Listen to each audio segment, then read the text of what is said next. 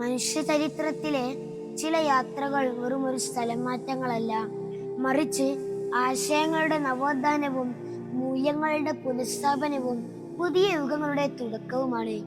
എന്നാൽ അത്തരത്തിലുള്ള ഒരു മഹത്തായ യാത്രയാണ് ഹബീബായ നബി സല്ലല്ലാഹു അലൈഹി വസല്ലമ തങ്ങളുടെ ഹിജ്റ. ഹിജ്റ എന്ന അറബി പദത്തിന് ധാരാളം അർത്ഥങ്ങളുണ്ട്. ഉപേക്ഷിക്കുക, വിട്ടുപിരിയുക, വേർപിരിയുക എന്നിങ്ങനെ ധാരാളം അർത്ഥങ്ങളുണ്ട്. എന്നാൽ എന്തായിരുന്നു ഹബീബായ നബി സല്ലല്ലാഹു അലൈഹി വസല്ലമ തങ്ങളുടെ ഹിജ്റ? അള്ളാഹുവിന്റെ കൽപ്പന പ്രകാരം പരിശുദ്ധമായ ഇസ്ലാമിന്റെ തൗഹീദിനെ പ്രചരിപ്പിക്കാൻ തുടക്കമിട്ട കാലം. ആദ്യം വളരെ രഹസ്യമായും പിന്നീട് പരസ്യമായും ഹബീബായ നബി സല്ലല്ലാഹു അലൈഹി വസല്ലമ തങ്ങൾ പ്രബോധനം ആരംഭിച്ചു. എന്നാൽ തങ്ങളുടെ വിശ്വാസത്തിന് വിരുദ്ധമായി മറ്റൊരു വിശ്വാസത്തെ പ്രചരിപ്പിച്ച നബി സല്ലല്ലാഹു അലൈഹി വസല്ലമ തങ്ങളോട് മക്ക മുശ്രിക്കുകൾക്ക് തീർത്താൽ തീരാത്ത പകയായിരുന്നു. ആദ്യം വാക്കിലൊതുങ്ങിയ എതിർപ്പുകൾ കാലക്രമേണ കൊടിയ പീഡനങ്ങളിലേക്ക് വഴിവെച്ചു. ആദ്യമെല്ലാം സഹിച്ചും ക്ഷമിച്ചും നബി സല്ലല്ലാഹു അലൈഹി വസല്ലമ തങ്ങളും സ്വഹാബത്തും കഴിഞ്ഞുകൂടി.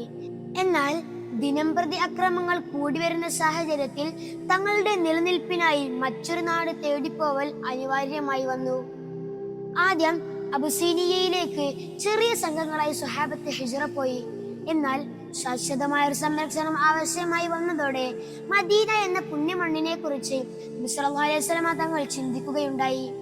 കൃത്യമായ പ്ലാനിങ്ങുകൾക്കും പ്രത്യേകമായ ഉടമ്പടികൾക്കും കരാറുകൾക്കും ശേഷം നബി സല്ലല്ലാഹു അലൈഹി വസല്ലമ തങ്ങൾ മദീനയിലേക്ക് ഹിജ്റ പോകാൻ തീരുമാനിക്കുന്നു. മദീനയിൽ ഇസ്ലാമിന്റെ വേരോട്ടത്തിന് ആവശ്യമായ എല്ലാ സാഹചര്യങ്ങളും ഒരുക്കിയ ശേഷമാണ് നബി സല്ലല്ലാഹു അലൈഹി വസല്ലമ തങ്ങൾ തങ്ങളുടെ ജീവിതം മദീനയിലേക്ക് മാറ്റി നടുന്നത്. പിറന്ന മണ്ണും വിണ്ണും കുടുംബവും സമ്പാദ്യവും എല്ലാം ഉപേക്ഷിച്ച് തങ്ങൾ വിശ്വസിച്ച ആ പരിശുദ്ധമായ ആദർശത്തിന്റെ സംരക്ഷണത്തിനായി സ്വഹാബത്ത് ആ മഹത്തായ പലായനത്തിനൊരുങ്ങുന്നു. അതായിരുന്നു ഹിജ്റ. ഹിജ്റ കേവലം ഒരു യാത്രയായിരുന്നില്ല, മറിച്ച് ഒരു പുതിയ ദൗത്യത്തിന്റെ തുടക്കമായിരുന്നു. ഒരു ആസൂത്രിത രാഷ്ട്രീയ തന്ത്രമായിരുന്നു ഹിജ്റ. തങ്ങളെ വധിക്കാൻ ശ്രമിക്കുന്ന ഖുറൈശി തന്ത്രങ്ങളെ പ്രതിതന്ത്രത്തിലൂടെ നേരിട്ട, സ്വന്തം കിടക്കയിൽ അലി റളിയല്ലാഹു അൻഹുവിനെ കിടത്തി ശത്രുക്കളെ ധിക്കരിച്ച ഉയർന്ന രാഷ്ട്രീയ സൈനിക തന്ത്രമായിരുന്നു ഹിജ്റ. ഹിജ്റയെ ചിലരെങ്കിലും ഒരു ഒളിച്ചോട്ടമായി കണക്കാക്കുന്നുണ്ട്. എന്നാൽ അത് തീർത്തും ശരിയല്ല. കാരണം തോറ്റു പിന്മാറുന്ന വ്യക്തി ഒരിക്കലും വ്യക്തമായ പ്ലാനിങ്ങിലൂടെയല്ല നീങ്ങുന്നത്. കൊടുന്നനെ പിന്തിരിയുന്ന അവസ്ഥയാണ് ഉണ്ടാവുക.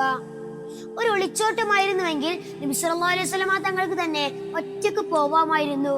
എന്നാൽ ഇവിടെ നബി സല്ലല്ലാഹു അലൈഹി വസല്ലമ തങ്ങൾ ചെയ്യുന്നത് ആദ്യം അനുചരന്മാരെ എല്ലാം സുരക്ഷിതരാക്കി അതിനുശേഷമാണ് നബി സല്ലല്ലാഹു അലൈഹി വസല്ലമ തങ്ങൾ മദീനയിലേക്ക് യാത്ര തിരിക്കുന്നത്. ഒളിച്ചോട്ടത്തിൽ ഉണ്ടാവുന്ന ഭയമോ പിൻവാങ്ങലോ ആയിരുന്നില്ല ഹിജ്റ, മറിച്ച് ധീരതയും ആസൂത്രണവും വ്യക്തമായ ലക്ഷ്യബോധവുമായിരുന്നു ഹിജ്റ.